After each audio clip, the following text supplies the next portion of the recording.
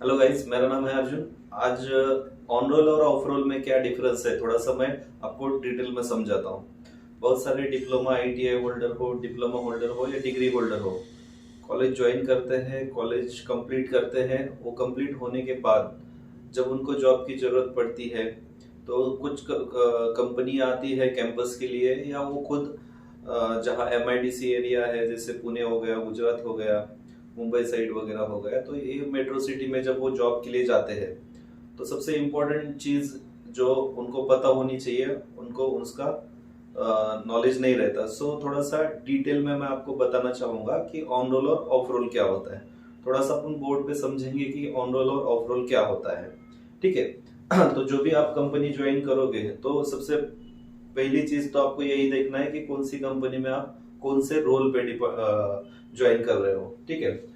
तो on roll जिसमें आप काम करोगे उसमें क्या डिफरेंस है और ऑफ रोल में क्या डिफरेंस है, वो थोड़ा सा अपन समझेंगे। ठीक है। तो ज्यादा कुछ डिफिकल्ट नहीं है, सिर्फ समझना हो तो आप कंपनी में आप पूछ सकते हो। जब भी इंटरव्यू को जाओगे तो एचआर हो, एचआर मैम हो, तो उनको आप पूछ सकते हो कि सर ये जॉब मुझे कैसे मिल रहा है, ऑन रोल मिल रहा है ऑफ रोल। अभी आप बेनिफिट देखेंगे क्या है। तो ऑन रोल में जब लगोगे आप, तो ऑन रोल में जब आप लगते हो तो आपको कंपनी में कोई मीडिएटर नहीं रहेगा। जो आपको कंपनी सैलरी देगा वो कंपनी कंपनी के अकाउंट से देगा। तो सैलरी एक हो गया। जो एक्सपीरियंस लेटर देगा वो कंपनी कंपनी के लेटर हेड से देगा। एक्सपीरियंस लेटर आपको कंपनी एक्सपीरियंस कंपनी के लेटर से देगा। उसके बाद जो भी आपको कंपनी में जैसे एक्सीडेंट हो जाता है, बाकी चीजें जो भी कुछ दिक्कत आती है, तो कंपनी आपका पूरा खर्चा कंपनी कंपनी के एक्सपेंसेस से करने वाला है। तो जो मेडिकल का रहेगा आपको, तो वो खर्चा कंपनी उठाने वाला है। और आगे समझो कंपनी को परमानेंट एम्प्लॉय लगने वाले हैं या आगे आपको ही कंटिन्यू रखना है, तो first preference company company role के कैंडिडेट्स को देता है। तो यहाँ आप कंपनी रोल पे रहोगे तो उसका आपको फर्स्ट प्रेफरेंस कंपनी के रोल पे बंदों को परमानेंट के लिए देगा। अभी ऑफ रोल में क्या होता है, तो ऑफ रोल में जो सैलरी है, तो समझो एक्स कंपनी है, यहां भी एक्स कंपनी है, तो एक्स कंपनी डायरेक्ट इसको आपको सैलरी देगा। समझो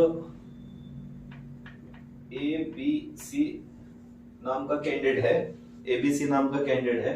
ये एक्स कंपनी अगर डायरेक्ट पेमेंट करती है उनको, या डायरेक्ट एक्सपीरियंस लेटर देखती है, ऑफर लेटर देती है, ज्वाइनिंग लेटर देती है, या मेडिकल का कुछ भी है तो कंपनी करती है, या परमानेंट के रेफरेंस देती है, तो ये कंपनी डायरेक्ट आपको देगी, तो यहां बोला जाएगा ऑन रोल।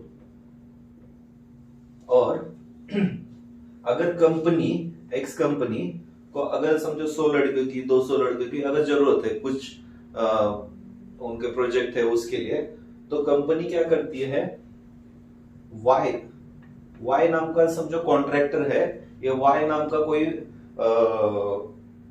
एजेंसी है, या वाई नाम का कोई एक संस्था है। जैसे बहुत सारी स्कीम जैसे आती है, जैसे नीम आता है, नैप्स आता है, तो वैसे भी जो है फर्म को, तो ये एक्स कंपनी को अगर जो लड़का चाहिए तो वाई को बोलेगा कि मुझे एक 100 कैंडिडेट चाहिए, आप दे सकते हो।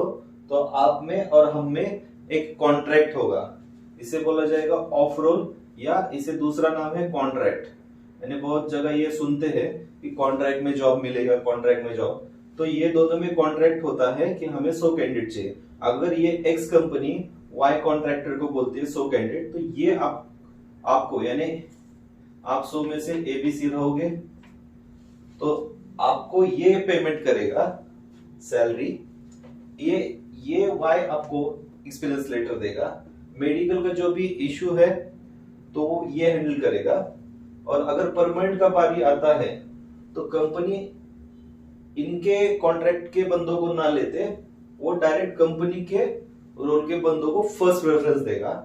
इनको वो लगभग ना के बराबर ही परमानेंट करता है। तो सभी बंदों को मैं ये सजेस्ट करूंगा कि कभी भी आप ज्वाइन करोगे तो कंपनी रोल पे रहेगा तो उसमें ज्वाइन करना कभी भी अच्छा रहेगा। जैसे बहुत जगह आप जाते हो, गेट में जाते हो, इंटरव्यू होता है, सिलेक्शन होता है, ज्वाइनिंग भी होता है, फिर बाद में आपको पता चलता है कि कॉन्ट्रैक्ट में थे, तब तक 4-5 दिन आप काम किए रहते हैं ऑलरेडी, उसमें आपको आपका टाइम गया रहता है। तो फिर बंदा बोलता है 1 महीना करेंगे, 2 महीना, उसमें आपका जो ईयर गैप हो जाता है वो दिक्कत करेगा। तो अगर आप डायरेक्ट कंपनी रोल पे लगोगे तो आपको कोई प्रॉब्लम नहीं आने वाला।